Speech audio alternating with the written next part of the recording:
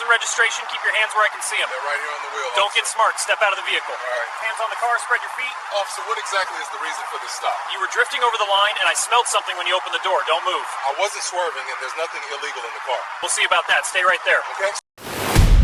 The body cam recording began at 8:42 p.m. on Interstate 35 just outside Laredo, Texas, when Officer Trent Calloway pulled over a dark blue sedan for what he called a routine traffic violation. Within minutes, the stop turned aggressive. The driver was forced out of his vehicle, shoved against the hood, and accused of transporting narcotics. Calloway believed he had just caught a drug trafficker, but the man he was arresting wasn't a criminal, and before the night was over, that traffic stop would turn into a federal incident that would put the officer himself under investigation. Before we go any further, comment where in the world you are watching from, and make sure to subscribe because the next story is one you don't want to miss. Officer Trent Calloway was 37 years old and had been working patrol for the Laredo Police Department for just over 11 years. Most of that time had been spent working traffic enforcement along Interstate 35, a highway well known to law enforcement as a corridor frequently used for narcotics transportation. Among some officers in the department, Calloway had a reputation for being aggressive during stops. He believed hesitation made officers look weak, and he often escalated situations quickly. But outside the department, his reputation looked different. Over the years, several civilian complaints had been filed against him. Most of them involved accusations of unnecessary force during traffic stops. A few of those complaints mentioned something else. Drivers claiming Calloway's attitude changed the moment he realized they were black. None of the complaints had resulted in serious discipline. That night, Calloway was parked along a dark stretch of Interstate 35, watching the northbound traffic move past in long streaks of headlights. At 8:41 p.m., a dark blue sedan passed his patrol car. Calloway immediately pulled out behind it. The car hadn't been speeding, it hadn't swerved, but according to Calloway's later report, the driver had appeared suspicious. Within seconds, the red and blue lights of the patrol unit flashed to life. Ahead of him, the sedan slowed and pulled over onto the shoulder without hesitation. Inside that vehicle was Special Agent Marcus Ellery, a 42-year-old federal agent with the Drug Enforcement Administration. Ellery had spent nearly 14 years working narcotics investigations across several states, including Texas and Arizona. For the past few weeks, he had been assigned to an active DEA task force operation connected to a trafficking network moving drugs through South Texas. That night, Ellery had been driving alone. When the flashing lights appeared in his rearview mirror, he did what most drivers do during a traffic stop. He slowed down, signaled, and pulled safely onto the shoulder. Behind him, Calloway parked his cruiser at an angle and stepped out. His body cam was already recording. As he walked toward the sedan, Calloway shined his flashlight directly into the driver's window. Ellery kept both hands visible on the steering wheel. The officer stopped beside the window. "License and registration," Calloway said. Ellery nodded calmly. "Yes, officer." He reached slowly toward his wallet. Calloway's voice immediately sharpened. "Hey, I didn't say move yet." Ellery froze. "My hands are on the wheel," he said calmly. "I was just getting my wallet." Calloway re-empted him. "I'll tell you when to reach for something."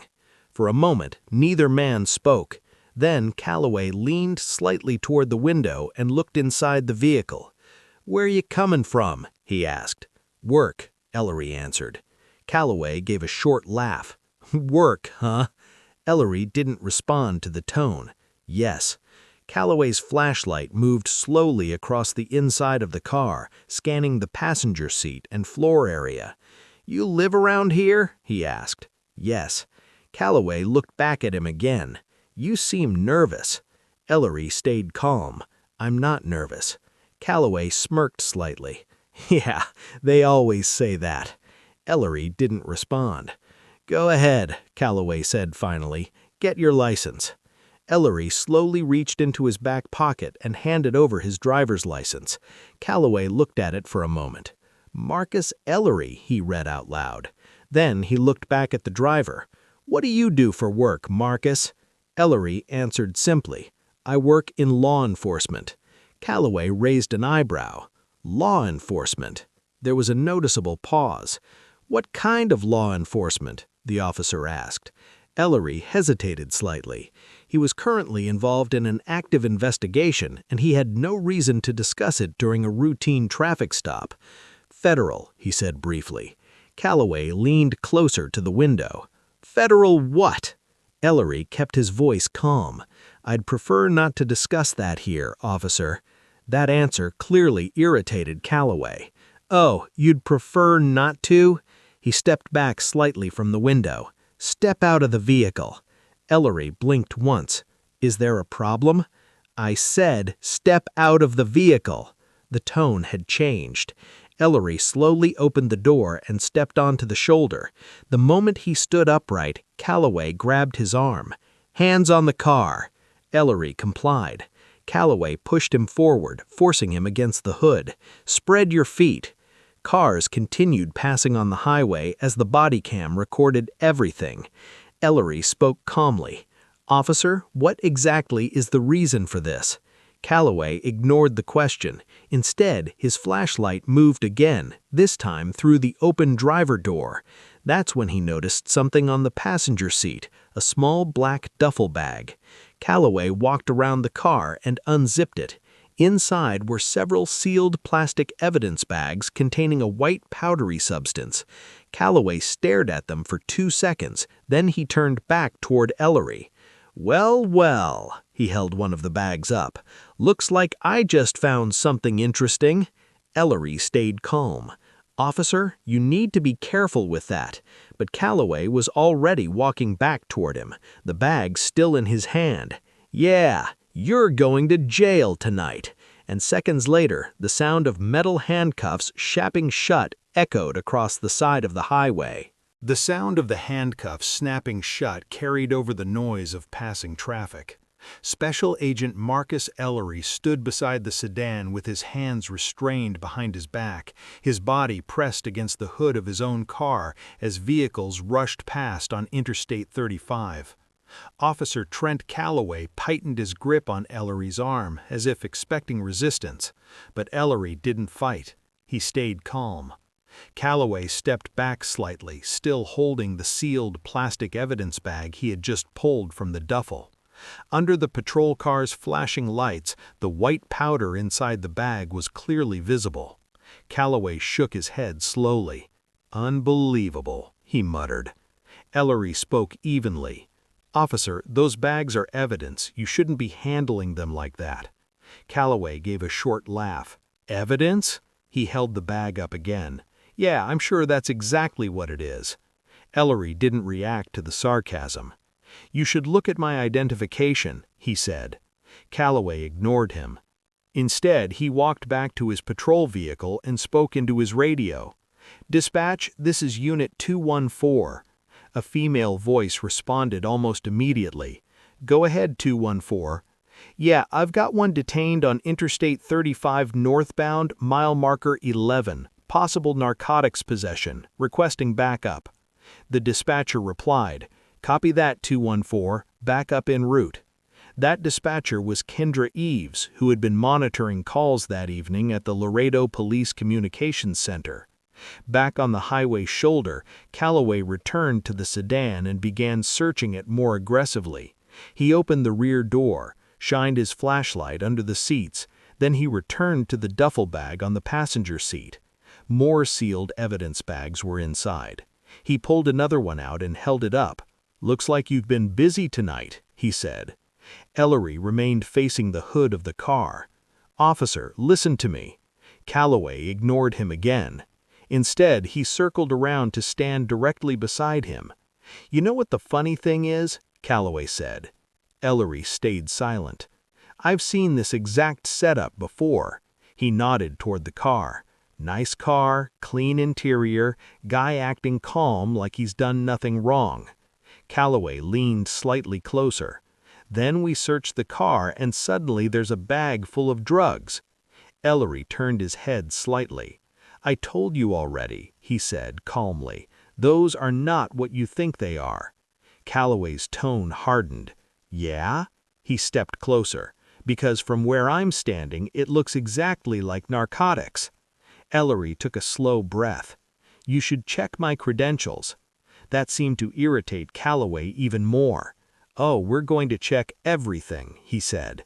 He grabbed Ellery by the shoulder and turned him slightly. "Right now, you're under arrest for possession of a controlled substance." Ellery spoke carefully. "You're making a mistake."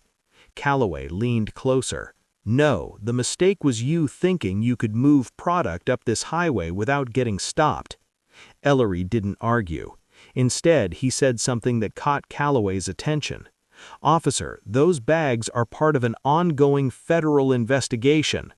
Calloway stared at him for a second. Then he laughed again. "Federal investigation?" He shook his head. "You expect me to believe that?" Ellery remained calm. "I expect you to check my identification." Before Calloway could respond, headlights approached from behind. Another patrol car slowed and pulled in behind Calloway's cruiser. The driver stepped out. This was Officer Cole Braddock, a patrol officer who had been working the same evening shift. Braddock walked toward the scene while looking at the flashing lights and the open vehicle. "What's going on?" he asked. Calloway held up the evidence bag. "Got a live one," he said. Braddock looked at the bag, then at the handcuffed driver. "Possession?" Calloway said. "Looks like distribution." Braddock stepped closer to Ellery. "You got anything on you we should know about?" he asked. Ellery shook his head slightly. "My identification is in my front jacket pocket."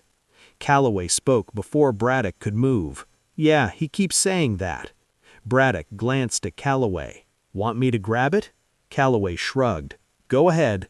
Braddock carefully reached into Ellery's jacket pocket and pulled out a black leather badge holder. It was folded closed. Braddock looked down at it briefly. "What's this?" he asked. Calloway answered casually. "Probably some fake security badge." Ellery spoke calmly again. "You should open it." Braddock began unfolding the leather holder, but Calloway interrupted. "Hold on." He took the badge holder from Braddock's hand. "I'll handle it." He turned it once in his hand without opening it. Ellery spoke again. "You really should look at it." Calloway ignored the suggestion. Instead, he looked back toward the sedan. "I want that whole car searched," he said. Braddock nodded and walked toward the open door. As he approached the passenger seat, his flashlight illuminated the duffel bag again. "Man, that's a lot of product," Braddock said quietly. "Exactly." Ellery spoke once more, still calm despite the handcuffs. "Officer Calloway?" Calloway turned his head slightly. "What?" "Before you go any further, you should open the badge holder." For a moment, Calloway didn't respond. Then finally he looked down at the black leather credentials in his hand. Slowly he flipped it open, and the moment he read the words printed inside, his expression changed completely. For a moment the highway noise seemed to fade. Officer Trent Calloway stared down at the open badge holder in his hand. Inside the leather credentials were two things, a federal badge and an identification card. The badge carried the seal of the Drug Enforcement Administration. Below it, the identification card read clearly, "Special Agent Marcus Ellery, Drug Enforcement Administration." Calloway didn't move for several seconds. Behind him, Officer Cole Braddock was still standing near the open passenger door of the sedan, shining his flashlight into the car. "What's it say?" Braddock asked. Calloway didn't answer immediately. His eyes moved back and forth between the badge and the man still handcuffed against the hood. Ellery remained calm. "You should probably take those cuffs off," he said evenly. Braddock walked closer. "What's going on?" Calloway slowly turned the badge holder so Braddock could see it. Braddock leaned forward slightly. When he saw the identification, his posture changed instantly. "Wait, he's DEA?" Braddock said. Ellery nodded slightly without turning around. "Yes." Calloway closed the badge holder quickly as if hoping the words would somehow disappear. "You didn't say that earlier," he said. Ellery turned his head slightly. "I told you I worked in federal law enforcement." Calloway's tone became defensive. "You said federal. That could mean anything." Ellery didn't respond to the argument. Instead, he said calmly, "Officer, you've contaminated multiple pieces of evidence by handling those bags." Calloway's jaw tightened. "You had drugs in your car." Ellery replied immediately, "No, I had evidence in my car." Braddock looked from one man to the other. "What evidence?" he asked. Ellery answered calmly, "A controlled purchase from an ongoing narcotics investigation." Braddock looked toward the duffel bag on the passenger seat again. "You're saying all of that is part of a case?" "Yes." Calloway still hadn't moved. Ellery continued, "And those bags were logged earlier tonight as part of a federal operation." Calloway shook his head slightly. "You expect me to just believe that?" Ellery didn't raise his voice. "You don't have to believe it. You can verify it." Calloway stared at him. "How?" Ellery answered without hesitation, "Call your supervisor." Before Calloway could respond, Braddock's radio crackled. It was dispatcher Kendra Ives. "Unit 214? Unit 214? Status check?" Calloway grabbed the radio quickly. 214 here. "Backup confirmed on scene?" "Affirmative." There was a short pause. "Do you require additional units?" the dispatcher asked. Calloway hesitated. For the first time since the stop began, he seemed unsure. Ellery spoke calmly again. "You should also notify the DEA field office." Calloway looked at him sharply. "You don't give me orders." Ellery didn't react. Braddock looked uncomfortable now. He leaned slightly toward Calloway. "Calloway, maybe we should call a supervisor," Braddock said quietly. Calloway didn't answer immediately. Instead, he looked again toward the sedan. The duffel bag was still open. The evidence bags he had removed were now sitting exposed on the hood of the car. Ellery spoke again. "You've also removed those bags from a secured evidence container." Calloway snapped back. "They were in your car." "They were secured evidence," Ellery replied. Braddock shifted his weight. "Calloway." Calloway raised a hand slightly, silencing him. He grabbed the radio again. "Dispatch." Kendra Ives responded. "Go ahead. Request supervisor to my location." "Copy that. Supervisor en route." The radio went quiet. For several seconds, none of the three men spoke. Then Ellery said something else. "You should remove these cuffs." Calloway looked at him again. "You're still under investigation." Ellery shook his head slightly. "No, I'm not." Braddock looked increasingly uneasy. "Calloway." But before the officer could respond, headlights appeared on the highway behind them. A black SUV slowed and pulled onto the shoulder behind the patrol cars. It wasn't a local police vehicle. The SUV came to a stop. The driver's door opened. A man stepped out wearing a dark jacket with large yellow letters across the back. DEA. A second vehicle pulled up behind the first moments later. Two more agents stepped out. They moved quickly toward the scene. The first agent approached the group. "Which one of you is Calloway?" he asked. Calloway straightened slightly. "I am." The agent looked briefly at Ellery, still handcuffed against the car. Then he looked back at Calloway. "I'm Supervisory Special Agent Victor Salgado." Calloway said nothing. Salgado nodded toward Ellery. "Why is one of my agents in handcuffs?" The highway traffic continued moving past them as the flashing police lights reflected off the black DEA vehicles. For the first time that night, Officer Trent Calloway didn't seem to have an immediate answer. For several seconds, no one spoke. The flashing patrol lights reflected off the side of the black DEA SUVs as traffic continued moving along Interstate 35. Supervisory Special Agent Victor Salgado looked from Officer Trent Calloway to the man still handcuffed against the hood of the sedan. "Why is one of my agents in handcuffs?" Salgado repeated. Calloway shifted his stance slightly. "He was in possession of suspected narcotics," he said. Salgado looked toward the duffel bag on the passenger seat and then at the evidence bag sitting on the hood of the car. Then he looked back at Calloway. "You removed those from the vehicle?" Calloway nodded once. "Yes." Salgado's expression hardened. "And you opened them?" Calloway hesitated. "Yes." The DEA supervisor exhaled slowly. Then he walked past Calloway and stopped beside Marcus Ellery. "You all right?" Salgado asked. Ellery nodded. "I'm fine." Salgado looked down at the handcuffs. "Let's fix this." He turned back toward Calloway. "You can remove those now." For the first time since the stop began, Calloway didn't argue. He stepped forward, took out his key, and unlocked the cuffs. The metal restraints clicked open. Ellery slowly brought his hands forward and rubbed his wrists briefly. Salgado looked at him. "What happened?" Ellery answered calmly. "He initiated a traffic stop, claimed I looked suspicious, ordered me out of the vehicle. Then he searched the car and removed the evidence bags from the duffel." Salgado nodded slowly. "And you identified yourself?" "Yes." Calloway spoke quickly. "He said he worked in federal law enforcement. He didn't say DEA." Ellery turned slightly toward him. "I told you to check my credentials." Calloway didn't respond. Behind them, Officer Cole Braddock stood quietly, clearly uncomfortable. Salgado walked over to the hood of the sedan and looked down at the evidence bags. "These were logged tonight," he said. Ellery nodded. "Yes, controlled purchase at 7:10 p.m. Salgado carefully examined one of the sealed bags without touching it. Then he looked back toward Calloway. "You realize these are part of an active investigation."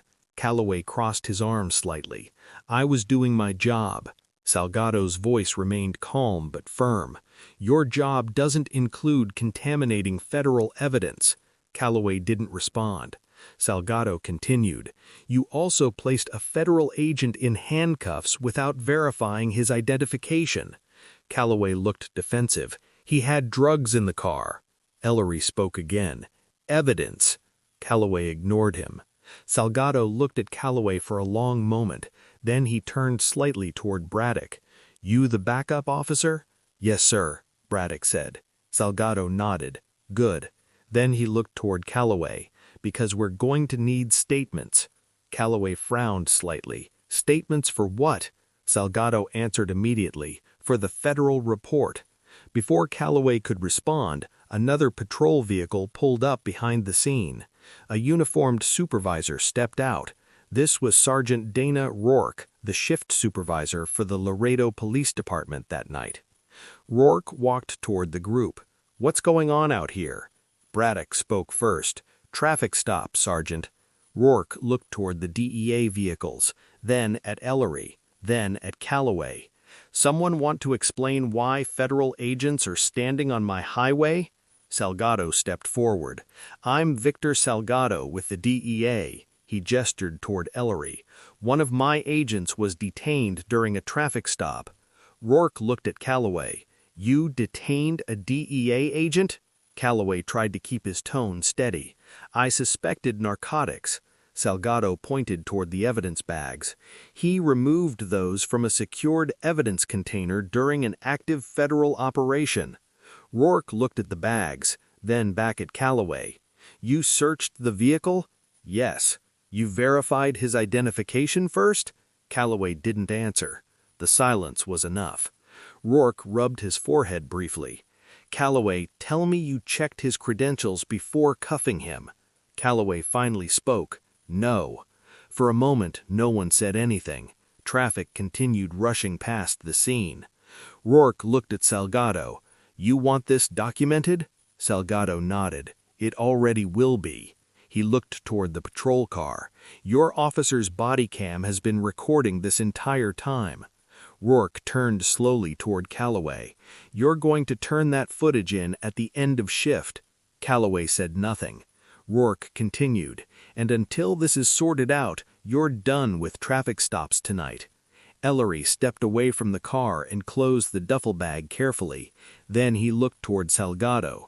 "We should secure the evidence again." Salgado nodded. "Let's do that." The DEA agents moved back toward their vehicles. As Ellery walked past Calloway, he stopped briefly. He didn't raise his voice, he didn't look angry, but his words were direct. "You assumed what kind of person I was the moment you walked up to that window." Calloway didn't respond. Ellery continued, "You didn't investigate." He gestured slightly toward the highway. "You reacted." Then he walked toward the DEA vehicle. Behind them, the flashing patrol lights continued reflecting across the road as the situation slowly came to an end. But for Officer Trent Calloway, the consequences of that stop were only beginning. If you believe accountability matters and stories like this need to be told, make sure you subscribe to Culture Scope for more real stories exposing abuse of power and injustice.